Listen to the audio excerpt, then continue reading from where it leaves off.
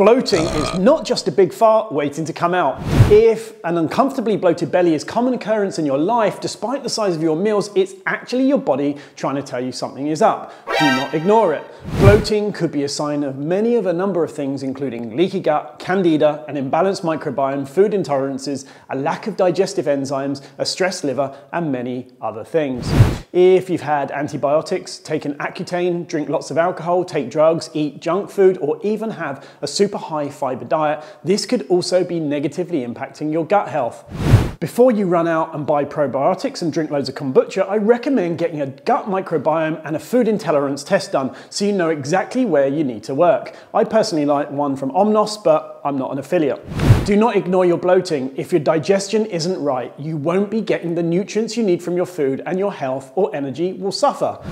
Check the caption below for my product recommendations, and remember, I'm not an affiliate, I just share what I love and use myself. If you're new here, follow me for more biohacks and health tips.